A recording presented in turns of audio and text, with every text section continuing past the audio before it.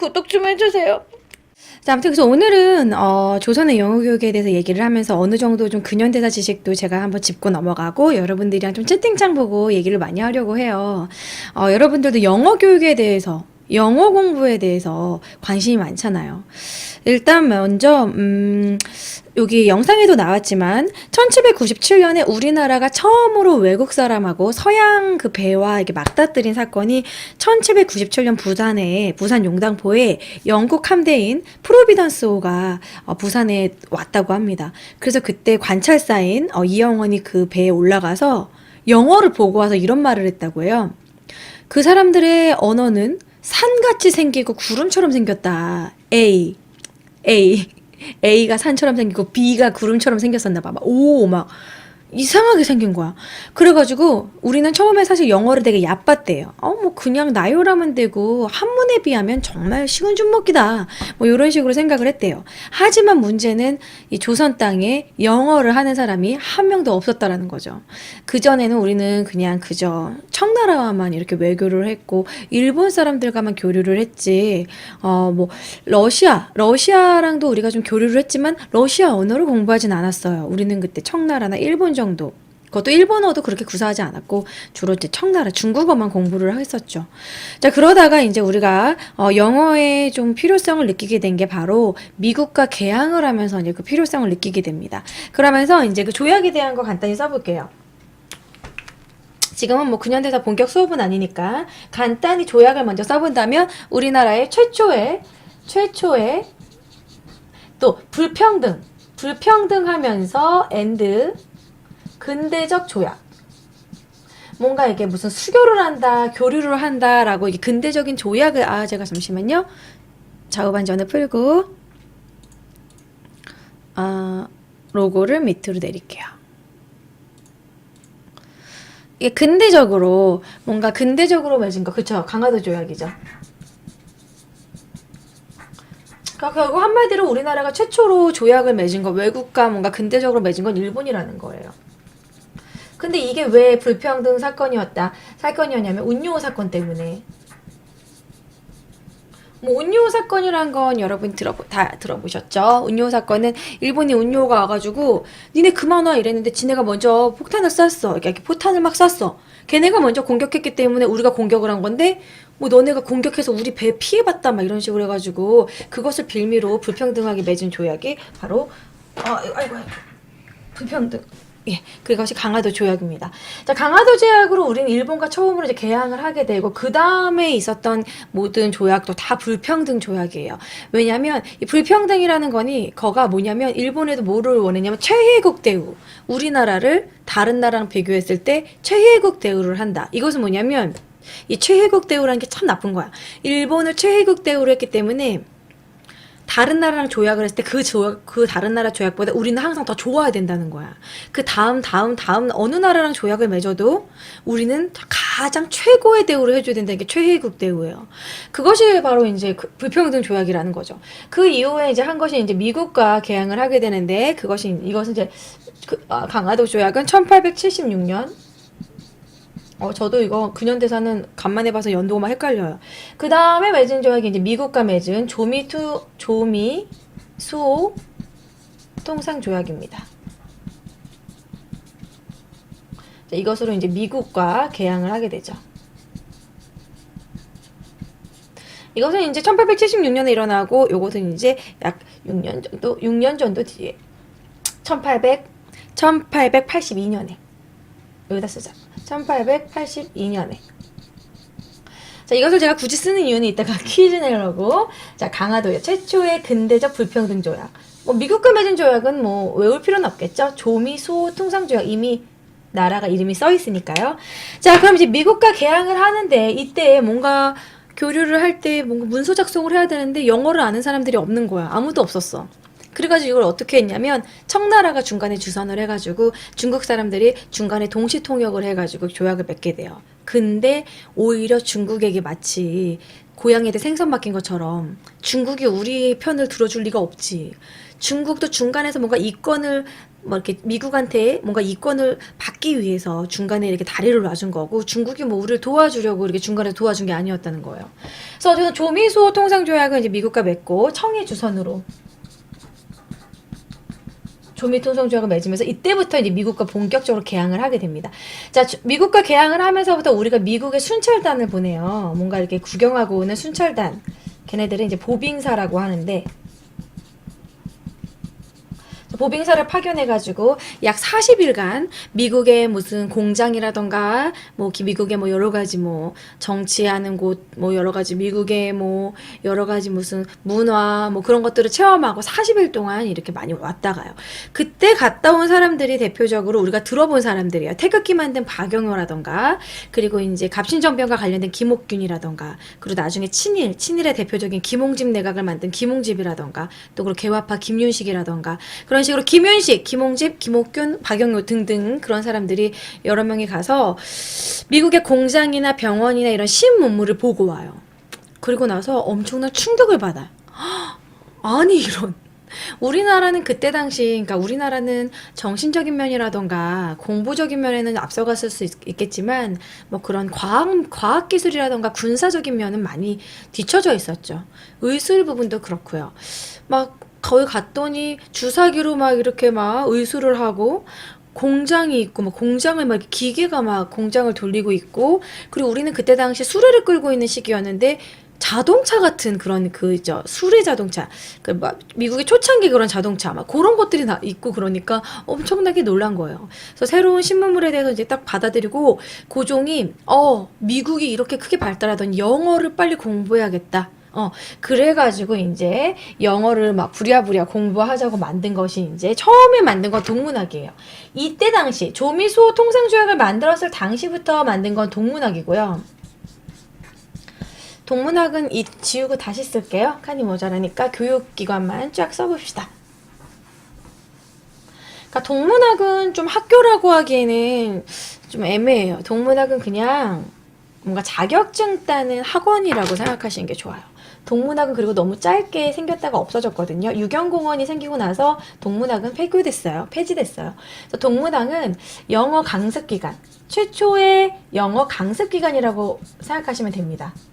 교육기관이라고 할 수도 있긴 있지만, 동문학은 뭔가 이런 통역사를 만드는 통역관 양성소라고 생각하시면 돼요. 그래서 통역관 양성소였기 때문에 미국인과 청나라인을 초빙해서 이 영어와 청나라 이런 중국말에 대해서 이제 막 공부를 했던 통역관 양성소라고 생각하시면 돼요. 하지만 이거로는 해결이 안 되고, 안 되겠다. 뭔가 이런 양반 자제들, 좀 영민한, 똑똑한 이런 양반 자제들을 데리고 일단 우리가 영어 공부를 해야겠다. 영어의 필요성을 이때 막 갑자기 부랴부랴 느낀 거야. 그래가지고 유경공원을 만들게 돼요. 유경공원은 중요합니다. 유경공원은 최초의 근대적 교육기관으로, 그전에는 무조건 막 성리학에 입각해서 막 서당이라던가 향교, 서원, 성균관 너무 이렇게 문과에 치중한 교육이었지만, 이 유경공원에서는 역사라던가 뭐 그런 지리, 수학, 영어 이런 것들을 교육했기 때문에 어떻게 보면 최초의 이런 학교적인 모습이 나왔다는 거죠. 최초의 근대적 교육기관, 공립이죠. 공립교육기관이라는 거죠. 하지만 최초의 근대적 교육기관 유경공원의 한계는 뭐가 있었냐면 너무 양반 자제들 위주였다는 거예요. 정말 막 그런 내노랄 막 저런 양반 자제들만 데리고 와서 영어 공부를 시켰다라는 거예요. 당연히 이제 상민들은 갈 수 없었고, 막 한마디로 막 뭐랄까요, 너무 상류층의 그런 교육기관이었다는 거예요. 그러면 따로 우리가 한 개 더 알아둘 원산학사를 알아둡시다. 원산학사는 유경공원과 좀 비교가 돼서, 목소리 잘 들리시죠? 유경공원과 좀 비교해서 원산학사는 우리가 자립적으로 교육기관을 만든 거예요. 자립적으로. 요것은 최초의 근대적 사립교육기관이라고 보시면 돼요. 이것은 자발적이라는 게 좀 중요합니다. 자발적. 시민들이 자발적으로, 시민이 아니라 백성들이 자발적으로 이때 당시 여기 원산지구 쪽이 원산만 쪽인데 함경도 덕원 주민들이 자비를 걷어서 본인들이 이렇게 모금을 해가지고 돈을 모으고 그쪽에 있는 수령들이 그것을 이제 주도하고 해가지고 자기 마을 사람들이 힘을 합쳐가지고 학교를 만든 거예요. 그래서 학교를 만들어서 여기는 영어 교육 취중보다는 그거를 했어요. 무예도 많이 공부하고 문과와 무과 뭐 이런 것들을 해가지고 뭔가 좀 근대적인 교육을 이때부터 시작을 하기 시작했어요. 그렇기 때문에 원산학사는 사립교육기관인 게 중요하고 유경공원은 국가에서 이제 뭔가 영어의 필요성을 느꼈기 때문에 최초의 근대적 교육기관이라는 겁니다. 그래서 이렇게 좀 구분해서 알아두시면 좋을 것 같아요. 최초의 근대적 교육기관 공립이고 영어 위주였고 양반 위주였다. 그럼 유경공원. 그리고 이제 막 함경도 덕원 주민들이 이렇게 뭔가 자발적으로 만들었던 최초의 사립 교육기관이면 원산학사. 그리고 최초의 교육기관을 헷갈리게 배제학당이라고 생각하는 사람들도 있는데요. 배제학당은 배제해서 생각하세요. 이렇게 외우라고 제가 하는데 배제학당. 배제학당은 아직도 남아있잖아요. 배제대학교 있지 않나요? 그래서 이 배제란 이름이 여기서 이어가요. 이화학당이 이화여대가 된 거고, 연희학당이 연세대학교가 된 거고, 주로 이제 선교사들이 세운 학교들이 이렇게 이어갑니다. 배제학당은 최초의 근대적 사립교육기관이 이 앞에 요게 붙어야 돼요. 선교사가 서양인이 세운 최초의 근대적 사립학교. 그러니까 서양인이 세운 최초. 요렇게 최초가 붙어야 되는 거예요. 그래서 요거 그렇게 구분하시면 됩니다. 원산학사는 사립교육기관인데 자발적으로 우리가 만든 것이고, 그래서 그것이 의의가 있는 것이고, 배제학당은 서양인이 세운 것이라는 거. 그러니까 선교사가 세운 것이죠. 선교사가. 전도를 하는데 학교를 세우는 것만큼 효율적인 게 없어요. 제가 아는 학교 중에서도 미션 스쿨이 되게 많거든요. 저도 중학교로 미션 스쿨을 나왔고, 중학교에서, 2주에 한 번씩 조회식으로 채플 시간이 있었어요. 이렇게, 예배를 드려요. 그리고 실제로 제가 중학교 때 교회를 다녔었고, 크리스마스 때면 성극 같은 거를 했어요. 그렇게 종교적인 그런 거를 되게 부활절 같은 것도 학교에서 이렇게 했었고, 학교에 있는 선생님들이 거의 다 신자셨고, 뭐 그런 식으로, 미션 스쿨을 다니면 좀 전도가 되는 그런 부분도 있고요. 그래서 이때 당시 이제, 미국인들이 이런 식으로 머리를 쓴 거야. 갑자기 들어와서 막 이렇게 전도를 하면 좀 뭐랄까, 사람들이 이게 받아들이기 힘들고, 우리나라는 뭐랄까, 우리나라는 너무 유교 중심 사회이기 때문에 그런 기독교나 천주교의 교리를 좋아하지 않았어요. 왜냐면 모를 들이지 않았기 때문에. 우리가 옛날에 배웠었죠. 흥선대원군이 병인박해를 한 이유가 뭐죠? 모를 들이지 않기 때문에, 조상님께 제사를 지내지 않기 때문에. 천주교나 교회에서는 그렇게 제사를 지내는 것 자체를 우상 숭배한다고 생각해서 제사를 지내지 않아요. 그래서 그거 가지고 이제 엄청나게 박해를 하고 뭐 엄청난 박해, 뭐 병인 박해도 있었고 신유 박해도 있었고, 그 박해에 관한 거를 저도 병인 박해, 신유 박해 그것까지 하려고 했는데 그건 요기와 관련된 거가 아니기 때문에 따로 필기는 안 하고 그냥 말로만 설명을 할게요. 그때 그 천주교의 박해에 대해서 얘기를 하면은 엄청난 사람들이 죽었습니다. 진짜 몇천 명. 그리고 우리나라에 들어온 신부들도 되게 많이 죽었어. 영국 신부들 되게 많이 죽었어요. 그게 제가 천주교를 저는 원래 기독교 신자였다가 지금은 천주교 신자이기 때문에 제가 세례를 받을 때 저기 거기 절두산 순교지라고 있거든요. 거기도 있고, 명동에 가면은 그 수녀님들 있는 게 수녀원이 있고, 거기 박물관 같은 게 있어요.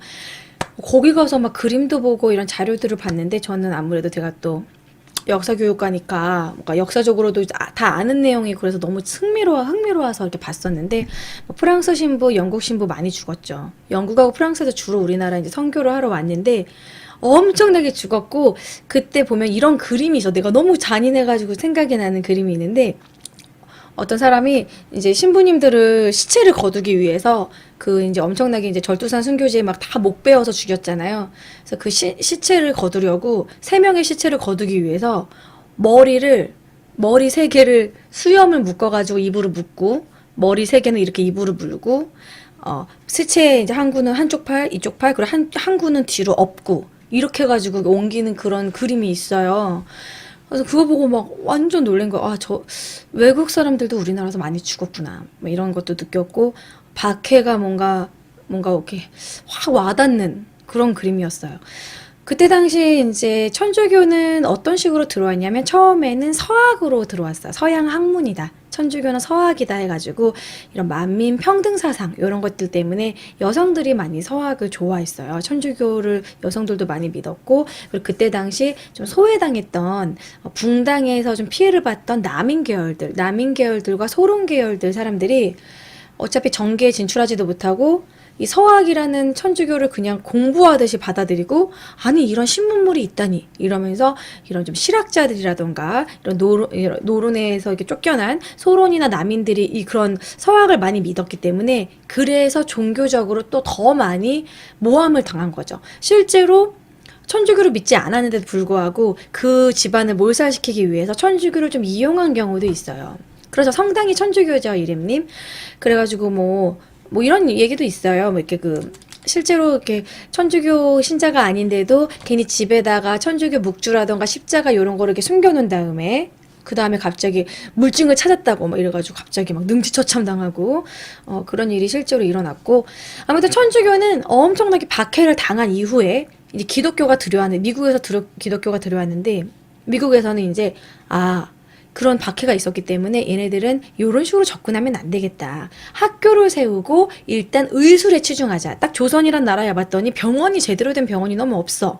그래서 병원을 세우고, 이런 세브란스 병원이 그런 예인 거죠. 이제 언더우드라는 그 사람이 와가지고 이제 연희학당을 만들고 이런 세브란스 병원 같은 병원을 만들어가지고, 그래서 이제 의술이라던가 교육 쪽에 치중하면서 이렇게 선교사들이 많이 학교를 만들게 돼요. 아무튼 그런 식으로 그냥 설명을 해봤습니다. 이거를 일단 원산학사 그림을 보여드릴게요. 어머나 너무 크다. 줄여. 슉. 흑백 사진밖에 없어서 이게 뭔가 잘 안 보이시겠지만, 그래도 꽤 큰 규모로 초가지붕 같은 집이지만 꽤 큰 규모로 기숙사 느낌으로 해가지고, 가운데는 운동장도 있고 무예도 배우고 뭐 이렇게 문예도 배웠던 이런 우리 최초의 이런 사립 교육기관을 만들었다는 거. 그리고 원산학사에서 교육을 받는 모습을 보여드리면요, 이렇게 칠판도 있고 서당과는 좀 다른 모습, 칠판도 있고 여학생들도 있었다라는 거. 다 머리를 따고 있어서 누가 남자인지 누가 여자인지 알 수 없지만, 얘네들 중에 여자도 있고 남자도 있어요. 남자들도 이 머리 스타일이거든요. 그래서 단발령 내리기 전이기 때문에 애들이 다 머리가 길어요. 그래서 어쨌든 이렇게 교육을 받는 모습, 뭔가 근대적인 신식 교육 모습을 보여드렸고, 지금 유경공원에 대해서도 얘기를 나눴잖아요. 유경공원의 그 교재, 영어 교재를 보고 계십니다. 이렇게 영어 교재. 그리고 영어 교재 보면은요, 난 이게 너무 웃긴 거야. 그래서 이거 아까 거기서 영상에서 캡처를 했는데, vegetable 보이세요? vegetable. 나물 소. 이게 vegetable. 그러니까 한문과 한글과 영어를 동시에 세 가지를 한 번에 공부하는 거죠. 자, 보시면 나무 목자 보이시죠? 나무 목. 나무는 두리. 영어 공부 이렇게 하는 게 사실 편하긴 하잖아, 우리. 발음 끼우보다 사실 이게 정말 편하잖아. 우리 옛날에 이런 적 있잖아. 다 한 번씩 이거 다 이렇게 영어 팝송 너무 좋아서 영어로 부르고 싶은데 영어로 읽긴 힘들고, 한글로 적은 적 있어 없어? 다 있잖아 막. I'm a creep, I'm a very do 뭐 이런 식으로 what the 이런 식으로 이제 처음엔 이렇게 한글로 공부했다라는 거죠. 저도 그렇게 많이 팝송 불러봤거든요. 보시면 또 뭐 있냐, 그레스 위에 그레스 뭐 이런 거 있고, 플라워, 이 베지터블 이거 너무 친숙해. 베지터블 이런 식으로 공부를 했다라는 겁니다. 근데 유경공원이요, 되게 대단하게 한 거는 어떻게 교육을 했냐면 그렇게 했대요. 외국인 선생님들이 와가지고 외국인으로 그냥, 그러니까 영어로 무조건 말하고 영어로 가르치고 영어로 말하고, 심지어 그것을 그 뭐 미국의 역사라던가 영국의 뭐 역사 공부를 할 때도 영어로 말하고 수학 공부를 할 때도 영어로 말했다는 거야. 이게 지금 대단한 신교육이에요. 이거 지금 어디서 하고 있습니까? 과학고나 외고에서 하고 있는 짓이죠. 이거를 유경공원에서 했다는 거예요. 근데 진짜 요즘 학생들이 초등학교 때 공부 잘한다 하면 청신국제중 가고 싶어 하죠. 청신국제중도 여러분 어느 종교와 관련된 학교인지 아세요? 청신국제중이 선문대 만든 학교, 뭐 선문대 만든 종교, 통일교죠. 그러니까 이게 종교 쪽인 데서 학교를 많이 만들어요. 근데 청신국제중이 어쨌든 통일교인데 통일교가 워낙 돈이 많으니까 막 거기 가면 뭐 완전 무조건 유학은 무조건 보내주고 돈 엄청 많아. 학교가 막 의리의리해. 어쨌든 이것도 통일교회에서 어느 정도 전도의 목적으로 교육에 치중하는 거겠죠. 자, 어쨌든 청신국제중에 가면 거기도 다 모든 전 과목을 영어로 가르친대요. 그러니까 이게 사람이 영어 배우는데 가장 좋은 방법이라는 거지. 그것을 어려운 말로 교의 영문 영어.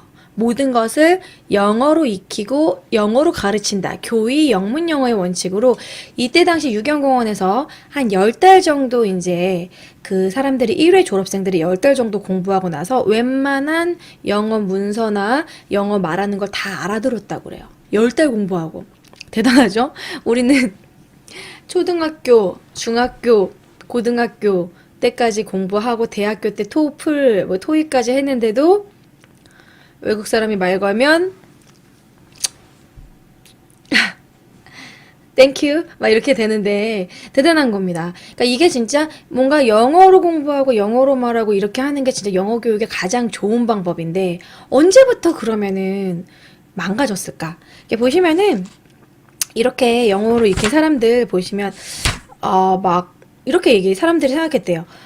이거 거의 힘들 거다라고 생각했는데 10개월 만에 이렇게 영어를 하는 거 보고 다들 와, 막 혀를 내두를 정도로 대단하다고 막 그랬는데 이 유경공원의 1회 졸업생들 이렇게 명단을 말씀드려보면 어이없는 인물이 나와요. 이거 써야 되나? 그냥 말로 쓸게요. 어쨌든 이 유경공원은 이 프리스턴 대학이나 다트머스 대학 등 해외 명문대 출신의 이런 선생님들을 원어민 강사로 썼고 외국인들이 놀랄 정도로 우리가 일취월장해서 진짜 이렇게 박영효는 태극기 만든 사람 들어봤죠? 서재필은 독립협회 만든 사람. 그리고 뭐 서관범 대표적인 개화파 박정양. 그리고 1회 졸업생이 누구냐면 이완용이에요. 이완용이 서재필하고 친했었다라는 거. 이완용이 처음에는 초기 독립협회 멤버였어요. 그리고 처음부터 친일파가 아니었어. 그런데 이제 너무 똑똑한 나머지 이제 미국 가가지고 이제 이런 뭐랄까 주미공사관 대리공사가 됐고 요직을 맡고 미국에 왔다 갔다 하고 너무 이제 미국물 많이 먹고 이러다 보니까 이제 친일로 돌아선 거죠. 그래서 참 어떻게 보면 이완용이 돌아선 것도 안타까워. 이완용이 똑똑한 사람이었었다라는 거. 그런 부분도 좀 안타깝고 이때 분위기가 어떤 식이었냐면 영어만 잘하면 무조건 출세가도를 왜냐면 이땐 영어를 잘하는 사람들이 너무 없었기 때문에 영어만 잘하면 요직에 앉을 수 있었어요. 그리고 국가에서 대우를 해줬고 그래서 이때 배재학교 교장 아까 배재학교 최초의 서양인이 만든 사립학교 그 배재학교 교장 아펜젤러가 이렇게 회고록에 보면은 조선 사람들한테 왜 영어를 공부하려고 하느냐라고 물으면 이렇게 다 대답을 했대요. 출세하기 위해서입니다. 출세하기 위해서.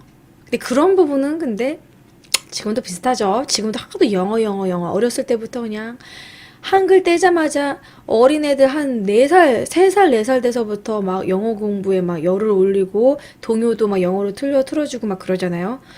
제 친구들도 막 아이 낳은 애들이 뭐 보면은 막 영어로 집에서 영어로 대화하고 뭐 도라 뭐 are you ready 막 이러고 적응 안 되게 괜히 집에서 영어로 말해야 돼 막 이런 애들도 있어요. 그래서 저는 그 부분은 그건 좀 일단 한글을 완벽히 깨우친 다음에 영어를 공부하기 좋지 않을까 전 그런 생각을 하는데 어쨌든 이때 당시는 출세를 하기 위해서 다 영어 공부를 했고 여러분들이 알고 있는 그 이승만 대통령도 배재학당 출신이에요. 그래서 배재학당을 입학했을 때 영어를 배우려는 야심으로 저기 배재학당에 들어갔고 그리고 나서 이제 프리스턴 대학 박사학위를 땄고 뭐랄까 우리나라에서 봤을 때는 거의 뭐 최초로 외국 대학에서 다 박사학위를 땄기 때문에 그래서 이승만 대통령이 그 정도의 그런 기반을 가질 수 있었고 그런 영어 실력과 그리고 외국에서 이제 미국에서 이런 유학 경험으로 쌓은 그 인맥 때문에 이런 정치적으로 그 자산이 돼서 대통령이 되지 않았나. 왜냐하면 상하이 임시정부를 이승만이 끝까지 책임진 것도 아니었고 정치를 그렇게 잘하는 인물은 아니었거든요. 그런데도 불구하고 이승만 대통령이 이렇게 대통령직을 계속 오래 맡을 수 있었던 건 그러한 자산이 있지 않았었나. 뭐 다 그렇게 평가를 하고 있습니다. 자, 아무튼 뭐 유경공원에 대해서 좀 얘기를 나눠봤고요. 그러면 유경공원 얘기하면서 우리가 이때 막 영어를 공부하게 되고 요런 시기, 이런 시기적으로 대충 이게 언젠지 잘 이해가 안 돼요 하신 분들도 있으니까 제가 그냥 근현대사적으로 한번 흐름을 한번 싹 잡아볼게요. 이때 시기가 어떤 시기냐면 우리나라가 이렇게 있으면 참 우리나라가 이게 영어를 처음 배웠던 그 시기는 우리나라로 보면 참 혼란기였다라는 거. 우리나라가 막 딱 개항을 하고 그랬던 시기는 뭐 1번 대충 그릴게요. 1. 청. 지금 이때 우리나라 중간에 조선을 가운데 두고서 이 세 나라가 다 군침을 흘리고 있었던 그런 시기였다는 거예요. 청나라는 옛날부터 이제 뭔가 조선을 이제 잡아먹어서 청나라는 어떤 식으로 계속 간섭을 했냐면 정치적으로 간섭을 했어요. 계속 뭐 세자책봉에도 간섭을 하고 계속해서 간섭을 했습니다. 그리고 이제 일본 같은 경우에는 어떤 식으로 간섭을 했냐면 우리나라에 어떤 식으로 슬근슬근 침투를 했냐면 경제적으로 침투를 했어요. 이때 일본이 전쟁 준비를 하고 있었기 때문에 경제적으로 많이 힘들었고 일본은 땅 자체가 쌀이 많이 나오는 그런 땅은 아니잖아요. 그래서 우리나라에서 되게 많이 쌀을 많이 가져가요. 그리고 이때 일본 애들이 이제 엄청나게 경제 침투를 해서 요것 때문에 방공령이 시행되기도 했었죠. 방공령 시행의 원인이 되기도 했지만 방공령이란 건 뭐냐면 요쪽 함경도 지방에서 일본에 무조건 쌀 유출을 못하게 막아버렸어. 하도 얘들 쌀을 너무 많이 가져가니까. 어떤 식으로 쌀을 가져가냐면 우리나라에 와가지고 뭐 원치도 않는 건물도 막 지어주고 막 갑자기 수로를 뚫어주고 그리고 이런 신문물 서양 물건들 있잖아요. 서양 물건 그런 것들을 막 우리나라에 파는데 그것에 대한 대가로 엄청난 쌀을 가져가. 그래서 그거를 못하게 했는데 괜히 배상금만 지불하게 되죠. 그것 때문에 요런 문제 때문에 동학농민 운동이 일어나게 되는 원인을 제공합니다. 그리고 이때 청나라랑 일본이 계속 우리나라를 이렇게 찔끔찔끔 눈독 들이니까 러시아도 노리기 시작해. 러시아도 그렇다면 우리도 한번 이쪽으로 러시아가 우리나라 침투하게 되면 얼지 않은 항구를 얻게 되잖아. 여기 블라디보스토크 이쪽은 항구가 겨울에는 얼거든요. 불편하니까 얼지 않은 항구를 위해서 러시아도 슬금슬금 우리나라 쪽으로 접근을 하기 시작하는 거예요. 자, 러시아가 슬근슬근 접근을 하니까 이때 이걸 또 막기 위해서 요쪽에 여기 거문도라고 조그만한 섬이 있거든요. 이것 때문에 또 거문도 사건이 벌어져요. 거문도 사건은 러시아의 남하를 막기 위해서 또 누가 갑자기 개입되냐면 영국이 개입해가지고 여기 영국의 군대를 주둔한 거예요. 러시아가 내려오면은 싸우겠다 이런 식으로. 그러니까 막 난리 났어. 지금 우리나라 중간에 두고서 뭐 청나라, 러시아, 일본 거기에 영국까지 아주 다 모두 노리고 있어서 이때 우리나라 뭐 조선의 중립화론이 대두되기도 했었고 이래서 나라가 군사력이 중요하구나 이런 걸 다시 한번 깨닫게 되는 부분이죠. 자, 아무튼 이런 분위기인데 뭐 이런 거를 그냥 흐름별로 쫙쫙쫙 한번 적어봅시다. 근현대사 시간에 다 한 번씩 배웠던 부분이에요. 잠깐만 청나라가 안 보이네? 청이라고 썼는데 얍 보이시죠? 자, 맨 위부터 그러면은 이 중에서 제일 먼저 이제 붙어서 싸운 게 청일전쟁부터 그냥 써봅시다. 앞에도 내용이 많긴 한데 그냥 간단하게 청일전쟁. 결국 일본은 청하고 숙명적으로 붙을 수밖에 없어요. 우리나라 땅덩어리를 가지고. 청일전쟁에서 누가 이겼습니까? 그렇죠. 일본이 이겼죠. 일본이 이겨가지고 시모노세키 조약을 맺어요. 시모노세키 조약의 내용이 요동반도 할양인데 이 요동반도가 여기예요. 요동. 요동반도가 여기인데 일본이 여기를 먹게 되면 러시아가 자기가 조선을 침투하는데 엄청나게 피해를 입잖아요. 일본한테 뺏길 것 같은 거야. 그래서 러시아가 안 되겠어. 그래서 러시아가 누구 친구를 2명을 데려와서 러시아, 프랑스, 독일을 데려와가지고 삼국 간섭으로 요동반도를 뺏어요. 삼국 간섭으로 요동반도를 다시 반환해. 이렇게 강제로 뺏는 게 어딨어, 너네 청나라한테. 막 이런 식으로, 그런 식으로 빼서. 그래가지고 이때부터 이제 일본은 러시아씨 너 안 되겠어. 너 한 번 붙자. 뭐 이런 식으로 생각하고 있었고, 이때 우리는 이제 친러로 변질. 갑자기 우리가 어디로 간다? 친러로 우리나라가 분위기를 바꿉니다, 조선이. 누가 친러로 바꾸냐면 바로 대표적으로 명성황후가 친러로 바꾸게 되죠. 명성황후는 청일전쟁 전까지만 해도 완전 친청이었어요. 청나라에 완전 붙어가지고 청나라 말만 들으면 우리는 어떻게든 된다. 완전 친청이었는데 완전 친러로 바꿨어. 그럼 이때 열받아 있는 일본이 어떻게? 명성황후를 바로 죽이죠. 친러의 대표 주자인 명성황후를 죽이고 을미사변 이어서 의병도 있고, 그리고 을미조약도 있죠. 을미개혁도 있고. 자, 그래서, 을미조약은 여기 안 나오고, 을미사변을 일으키고, 을미개혁으로 단발령 같은 거, 간단히 그냥 간단한 것만 설명할게요. 이것 때문에 엄청나게 열이 받아요, 우리나라 사람들이. 신체 발복 수지 부모인데, 이 머리카락은 부모님한테 받은 건데, 이거를 이걸 가짜로, 억지로 자르다니 해가지고, 을미사변과 단발령 때문에 을미의병 일어나는 거, 이런 거 안 적을게요. 그래서 을미사변이 일어나고 나서 고종이 불안하죠. 그래가지고, 여기 있을 수 없다. 좀, 처소로 옮겨야겠다. 나도 죽임을 당하는 게 아닌가. 그래서 아관파천을 하죠. 아관파천은 고종이 어디로 간 거? 러시아 공사관으로 간 거.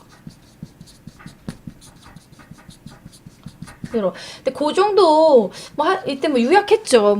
나를 보호해줄 사람이 필요했다. 러시아 공사관에서 커피 마시고 있었죠. 고종이 엄청난 커피 매니아였던 건 아시죠? 자, 그래서 아간파천 때문에 우리나라가 엄청난 이권 침탈 당하고 독립협회 활동 있고, 그리고 고종 돌아와가지고 다시 한번 조선을 한번 제대로 해보자. 광무개혁하고, 그리고 나서 이제 결국 러일전쟁. 광무개혁이 그닥 성공하지 못하고 러일전쟁. 일본이 러시아랑 결국 붙죠. 그리고 나서 일본이 이겨요. 포츠머스 조약으로. 더 이상 러시아 너는 조선에 이제 신경 쓰지 말아라. 이거 말고도 일본은 우리나라를 완전 집어삼키기 위한 중부를 합니다. 잠이 와요. 자, 잠 깨고. 이거 그냥 흐름만 파악하시라고, 외우라고 제가 하는 거 아니에요. 여러분, 흐름만 파악하라고 하시는 거예요. 내가 또 너무 근현대사 수업에 빠졌나? 글씨가 안 보이나? 잠시만요. 그래도 맨날 내가 근현대사 안 하면 근현대사 해주세요 하신 분들도 있으니까. 칸이, 잠깐만요. 이렇게 하면은, 이렇게. 칠판이, 어쨌든 러일전쟁 이후로 결국에는 우리나라 이제 을사조약을 맺는 거예요. 여기까지만 얘기하려고 했어요. 지금 이러한 분위기에서의 지금 우리의 영어 교육이 이루어졌다라는 겁니다. 보시면 러일 전쟁 때 러시아 이긴 것만으로 일본이 우리나라를 을사조약을 맺을 수 있는 게 아니었어요. 사실 영국과 그리고 미국이 그냥 눈을 감아준 거죠. 아시다시피 영일동맹이라던가, 영일동맹은 그냥 서로 구린 부분 덮어주자 이런 거야. 친구들끼리도 야, 네가 저번에 컨닝하는 거 내가 눈 감아줬으니까 네가 이번 일 도와줘야겠다. 이런 식으로 친구들이 원래 그런 거 있잖아요. 서로의 허물을 덮어주면서 돈독해지는 거. 자, 영국과는 영일동맹을 맺어요.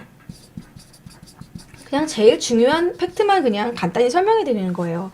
영일동맹은 영국은 이때 인도를 식민지로 삼고 있었고, 일본은 우리나라를 식민지로 삼는 것에 대해서 서로 눈 감아주자. 미국과는 완전 몰래 또 맺어서 가스라 테프트 밀약이라고 해요.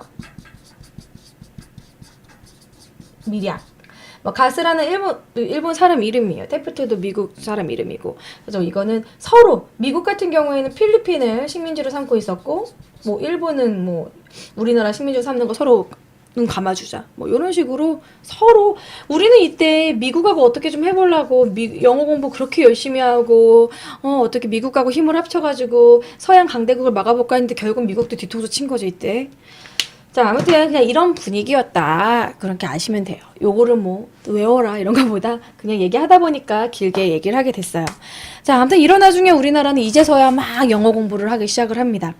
그래도 유경공원에서의 영어 공부, 영어 교육은 그렇게 나쁘지 않았어요. 꽤 성공적이었고, 그리고 그때 당시 우리가 알만한 사람들, 영어 되게 잘했던 사람들을 얘기를 해보자면 뭐 서재필 같은 경우에는 영어를 너무 잘해가지고 심지어 이제 갑신정변 실패하고 나서는 미국에 가서 살다 와요. 미국에 가서 살다 와서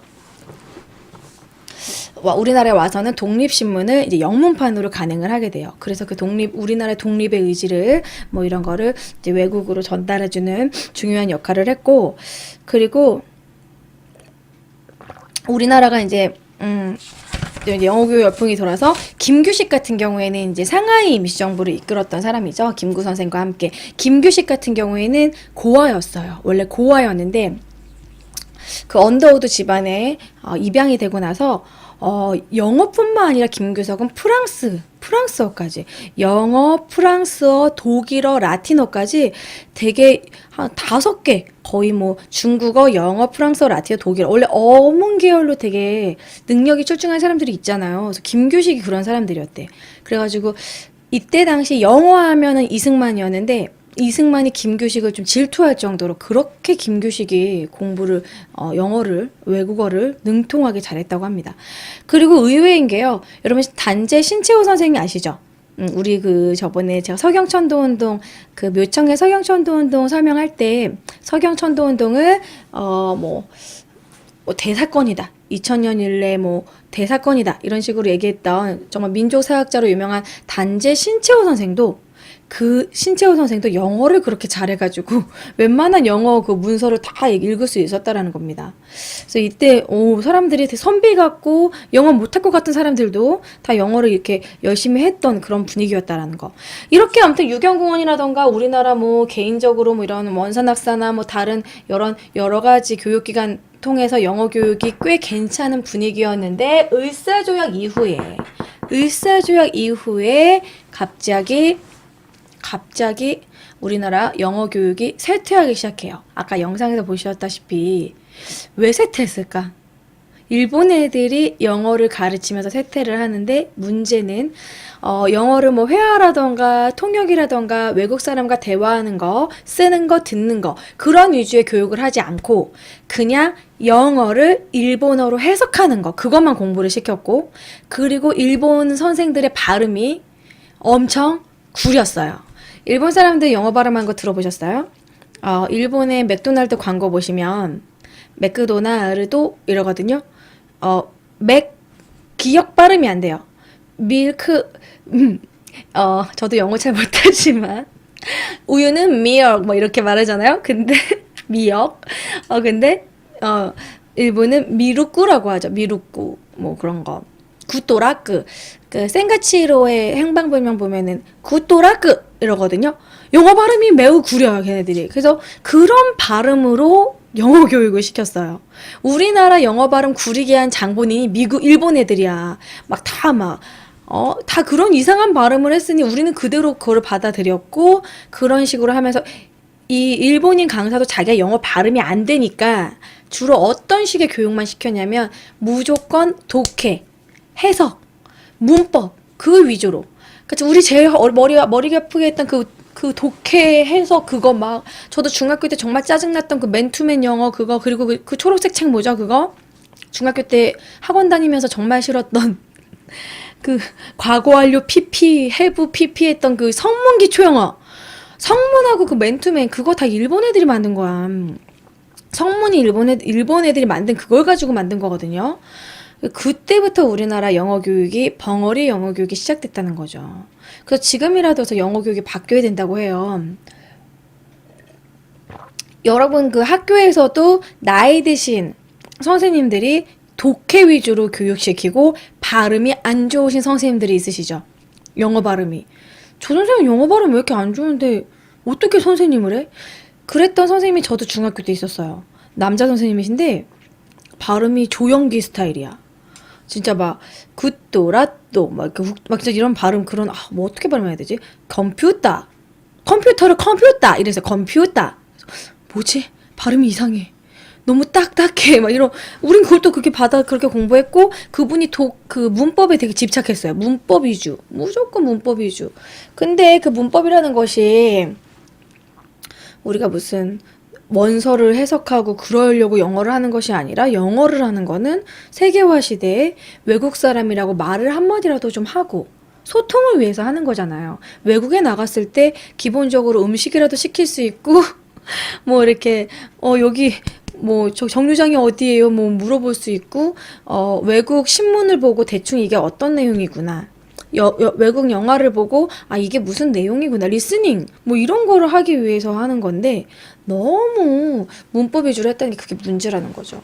그래서 아무튼 이런 일본의 이런 영어의 주의식 교육 이런 벙어리 영어가 이때부터 시작을 했다라는 거. 근데 지금은 영어 교육이 많이 좀 변화되는 것 같아요. 지금은 좀 회화 위주고 근데 요즘에도 학교에서 아이들이 영어 발음 너무 굴려서 말하고 그러면은 재수없어 하나요?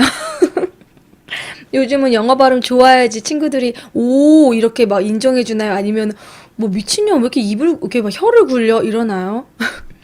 저희 때는 저 중고등학교 때는 영어를 너무 굴려서 말하면 따시켰거든요. 그러니까 그런 식의 교육 그 영어 교육 분위기였다는 거예요.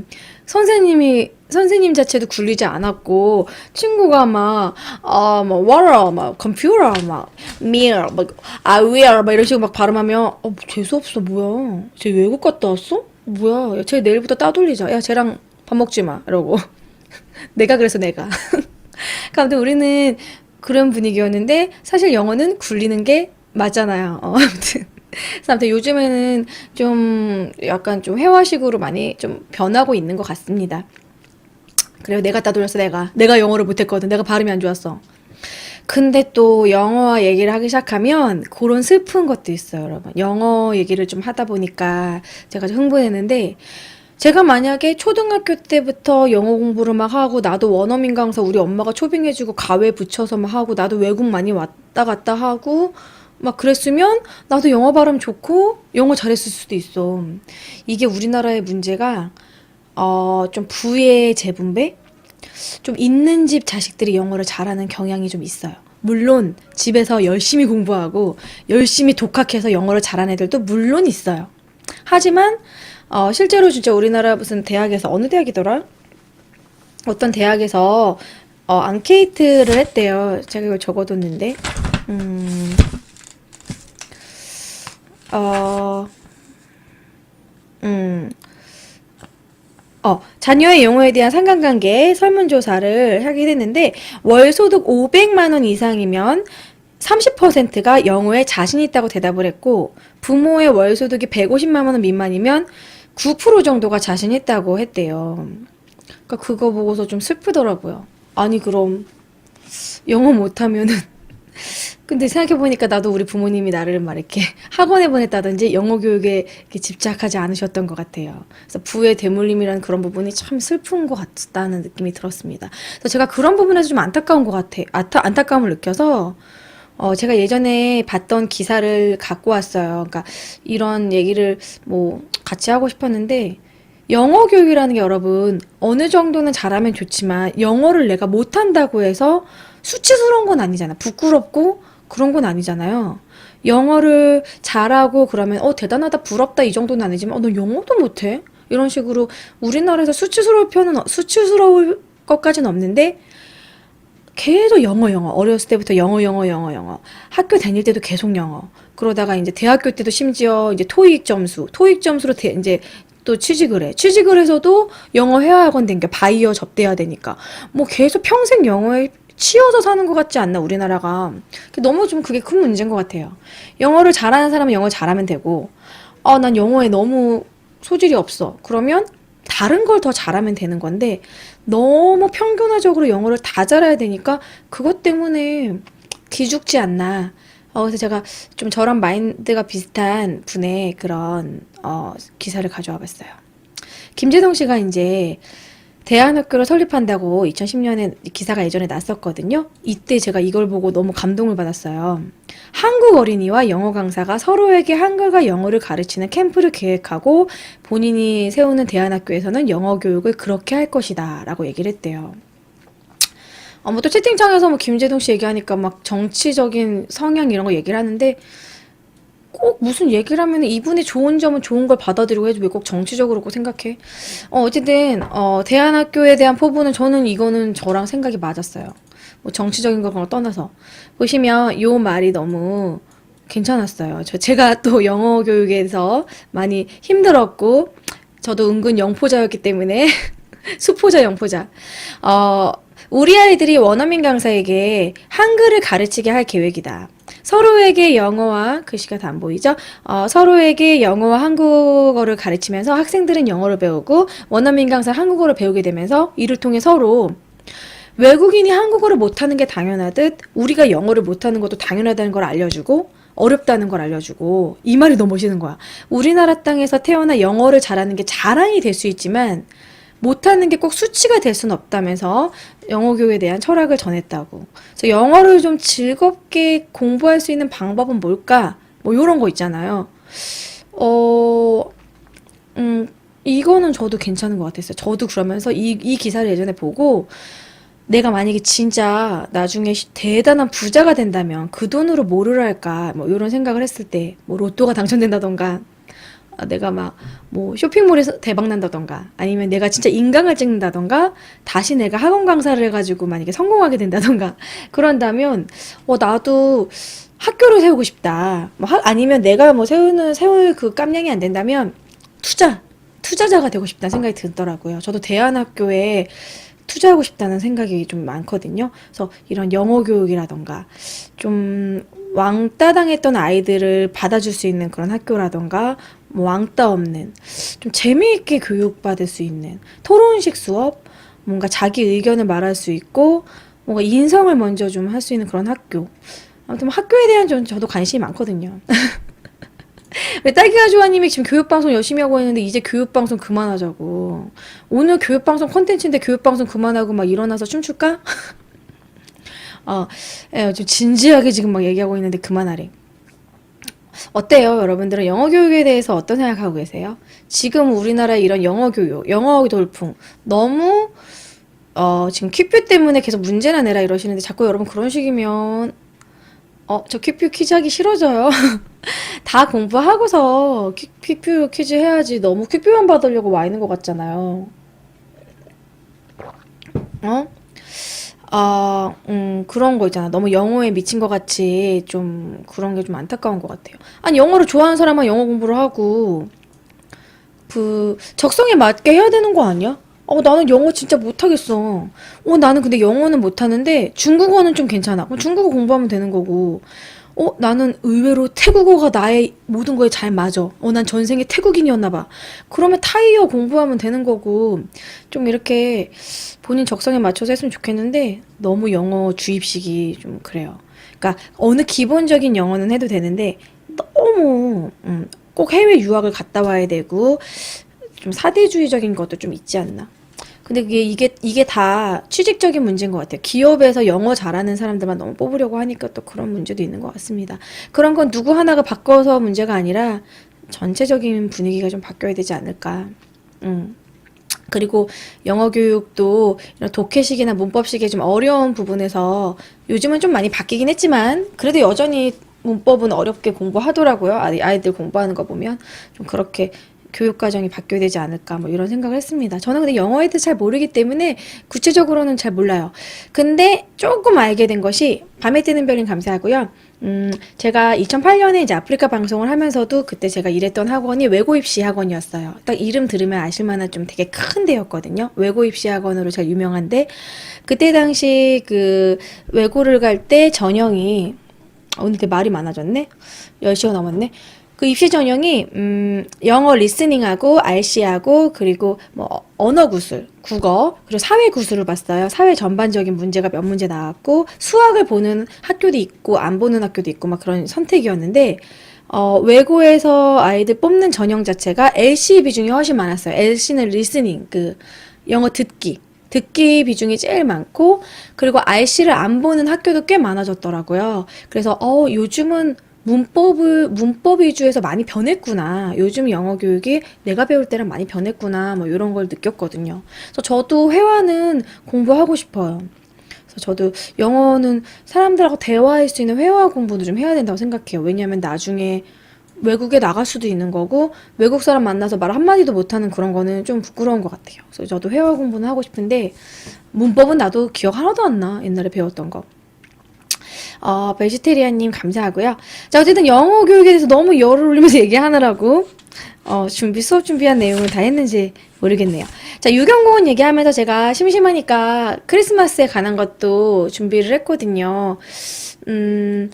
배제학당 배제학당 이런 그림 자료도 다 했는데 안 보여드렸네요. 배제학당 지금 남아있는 그 건물을 조금만 리모델링해서 아직도 그 똑같은 건물 남아있는 거고요. 배제학당.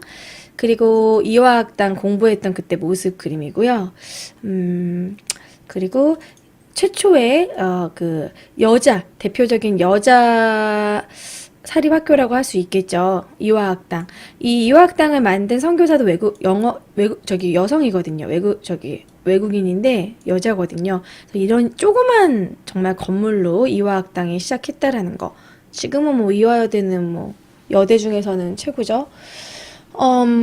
그리고 유경공원 출신 인물들 제가 역사 채널이 아까 본 거서 스샷을 땄어요. 박영효, 서재필, 서강범, 박정양 이런 사람들. 그리고 헤이그 특사 파견한 헤이그 특사에 파견된 이상석, 이휘종 그리고 이준 열사도 모두 다 유경공원 출신이고 영어에 능통했던 분들이었다는 겁니다. 그래서 이 영어에 능통했던 사람들이 친일로 변질되는 경우도 있었지만 독립을 위해서 힘썼던 사람들도 있었다라는 거. 자, 어쨌든 영어 교육 얘기하다가 영어 교육과 또 비슷한 맥락에 우리나라에서 크리스마스가 언제부터 들어왔는지 그거 그냥 간단하게 보도록 할게요. 그 부분에서는 그닥 공부할 건 없어요. 그냥 영상 보고 이런 식으로 우리나라에 서구 문물이 들어왔구나. 이런 식으로 그냥 파악하시라고 제가 영상을 준비를 했어요.